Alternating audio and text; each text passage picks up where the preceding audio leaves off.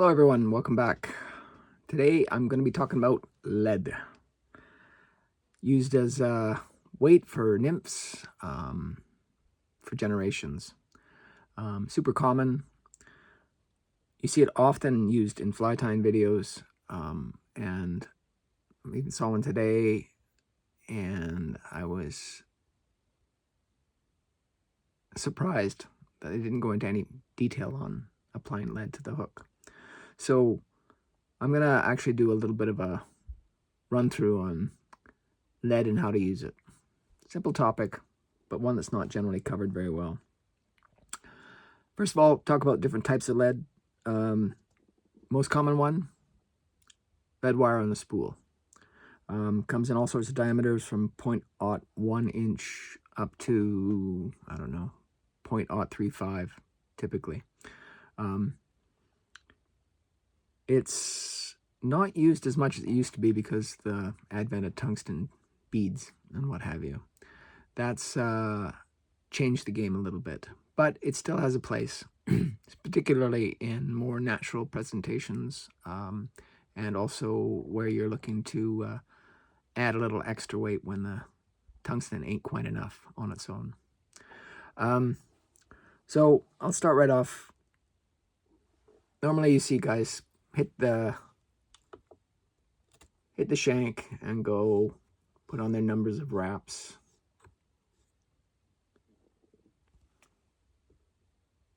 You can cut it with scissors, but I prefer to do it with my thumbnail.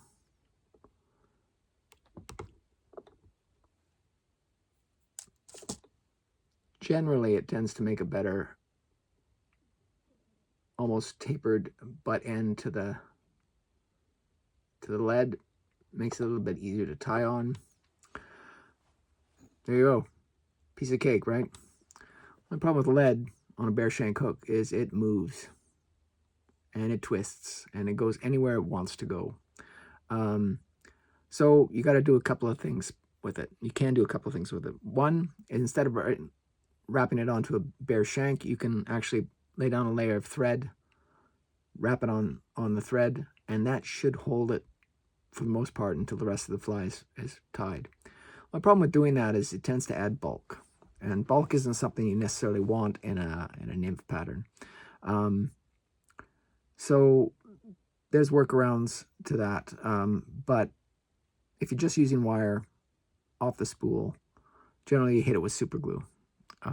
Super glue will hold it in place. You got to let it dry, of course, but it's quite effective, and it stops it from sliding, secures it to the hook shank, and you're able to tie the rest of your fly without too much problem. That is all well and good. It does work. One other advantage of when using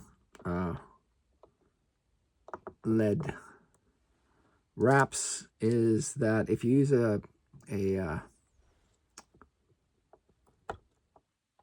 typical Cyclops bead, the lead, you can tie it on and then push it into the open socket at the end of the Cyclops bead, adds extra weight, and generally prevents the head bead from wobbling around on the hook. Works really well.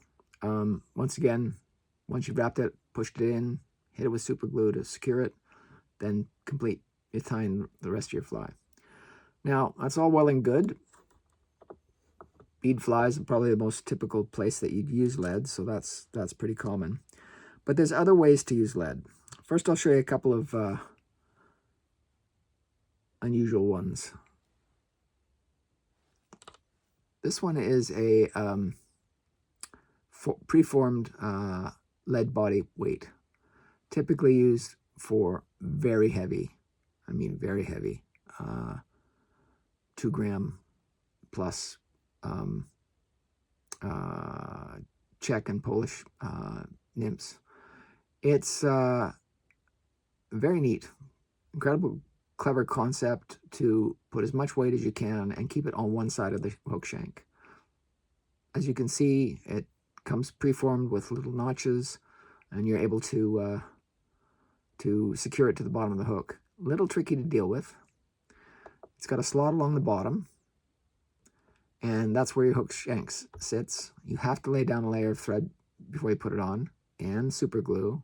And then be very careful when you're wrapping so that you stay between the preformed guides. And even after you've done all that and secured it and wrapped it on and done everything properly, it's incredibly difficult to actually tie a pattern on top of this stuff. One trick that I've used, I won't do it here, but is to take plumber's tape, or it's Teflon tape, and stretch it over the body. It provides just enough grip so that when you go to tie on materials, it doesn't slide off and doesn't slot into those grooves that you've created and what have you. So that's a little bonus tip when you're dealing with these things. They come in various sizes. That's the big heavy one. Some of them are tungsten too, but these are lead ones. Here's a smaller version. Works very well. Once again, keep it nice and small. I've tied this on near the just behind the eye of the hook. Probably not the best spot for it. Would have been better if it was a bit further back. One other disadvantage to these preformed lead bodies is that they really only work on straight shank beads. So you can't put them onto a curved shank bead. You have to have a straight area where you can tie it on. Otherwise, it just doesn't work. Okay? Another type of lead that you'll see is adhesive-backed lead tape. Now, this can be cut to whatever diameter you want. As you can see, I've cut a whole pile of pieces off of it over the years. I don't use this stuff much. It's good, just a little finicky to deal with. But the fact that it's adhesive on the back makes it very easy to wrap on and secure in place without having to use super glue, etc., etc. So that's another option. Definitely worth pursuing. Okay, so those are the main types of lead or lead products that you've got. You can also do things with lead like this, where I've created a body of lead and then covered the thorax section with another layer of lead, all in the same piece of lead. Just wrap it forward, wrap it back. Works great. Little chunky, but it does the job and packs a maximum amount of weight in the surface area that you've got to deal with. Okay. All well and good there. The way I like to use lead primarily is not to wrap the straight wire, but rather flatten it first. I use these flat pliers, flat job pliers. These are jeweler's pliers. They're cheap like borscht.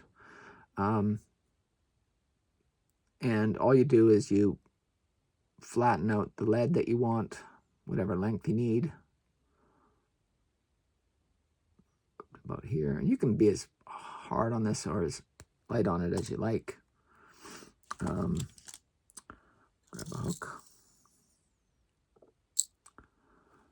And when you wrap it on, it gives a nice thin profile underbody when you use it. If you're using the adhesive lead, this is the kind of finish that you'd end up with as well. But this is a hell of a lot cheaper. Okay. There we go. Pinch it off with a thumbnail as I did before. Same with the back end. I'm going to just turn a little bit so it's a little easier for me to deal with. Up. Famous last words. Didn't leave much of a tag area to work with. And just finish wrapping that down. There we go. Not the best job, but you get the idea. Once again, hit it with super glue, position it, get it in the right spot that you want it to, and you're good to go. Using this method, it's easy to build specific body shapes to your flies. Here's an example of one that I twisted up. One layer of flattened lead and a second layer of flattened lead flattened lead in one area just to make sure that it's got the right body shape that I want to achieve. This one's not the best one. Usually I like to actually have the lead a little bit further back. Tends to work better in terms of tying and in terms of overall body profile. It also puts more weight in the back, helps it flip upside down when you're fishing a little bit easier. Okay, so that's a typical method that I use a lot when I'm doing nymphs with or without beads. Final method, and this is sort of one that's not used very often and not that commonly known, is to take that flattened lead. Again, I'll just flatten a piece of it for you. It's not rocket science. You just squeeze down what you need. So I've got about 1.5 inches here, so put that aside for a second. And in this case, you lay down a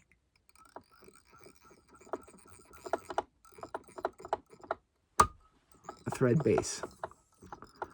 And what I was saying about building bulk, well, this is one example where you don't need to worry too much about that. As long as you use a fairly thin, strong thread. I'm using Uni 8/0 here, which is I think about 72 denier. And you bring it back to wherever you want your lead body to go. I'm just, to make it easy, I'm bringing the thread back to the front rather than trying to tie it at the rear end of it. And take your pre-flattened thread and you tie it lengthwise along the top of the shank. Maybe back just a tad on that one. There we go. Make sure it stays on the back of the shank as you bring your thread backwards. I'm not doing close turns here, not really necessary. Sometimes you have to reposition the thread a little bit with your thumbnail just to keep it on top. But what you're doing is essentially adding weight only to one side of the shank. That's the same idea with those. I'm just going to scissor that off, snap that off. And then bring your thread back again. Now, take that same piece of lead and use it to create a hump, if you will, on the back side of the hook shank again, however long you want it. Conveniently broke off at the right spot. And then we're going to repeat one more time.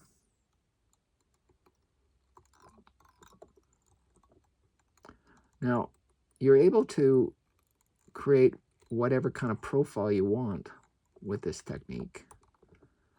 And it works pretty well. A little finicky, I must admit.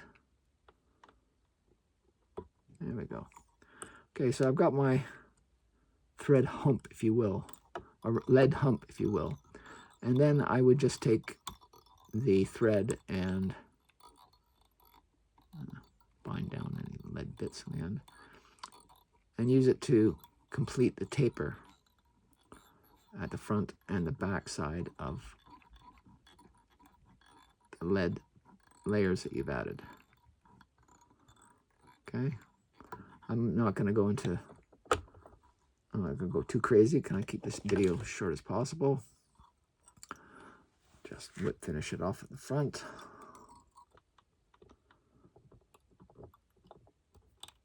And there you got your base body. This is really handy, particularly with smaller hooks and curved hooks as well. It allows you to get a nice profile to your finished nymph. And once again, you can hit it with super glue to straighten it out, to seal it all up and make sure it's secure. You can also take those flat nose pliers that I talked about and use it to shape the lead body a little bit. There we go. Yeah, anyways, you get the idea. Now the lead can be on the back of the hook, be further forward. So, but whatever profile you're shooting for, you can layer the lead, and you can even go four layers or more if you want. You can see that it builds up bulk, but doesn't get too extreme. And if you look at it from the backside, I don't know if this is focus on the camera is kind of lousy right now, but it's nice and thin. It's not much wider than the actual hook shank itself, so it cuts through the water very quickly. Anyways, get near the end here. That's basically the ways that you can use lead. There's others, but these are the main ones that I use all the time. And as I say, I watched a ton of videos online, and everybody just goes lead and then on to the next step. They don't actually talk about the lead and how it can be manipulated to give you body shape or add weight to one side of the hook or the other. It's just something that you should know going forward. I think it's worth the time to do this video here and put it together for you guys. Yeah, well, that's basically it. If you have any questions, please don't hesitate to drop me a line. Also, I mean, if you like the videos that are happening so far, you could like and subscribe, but this isn't a paid channel, so don't worry too much. I just want to share, and that's what I'm up to these days. Anyways, have a good day. Talk to you soon.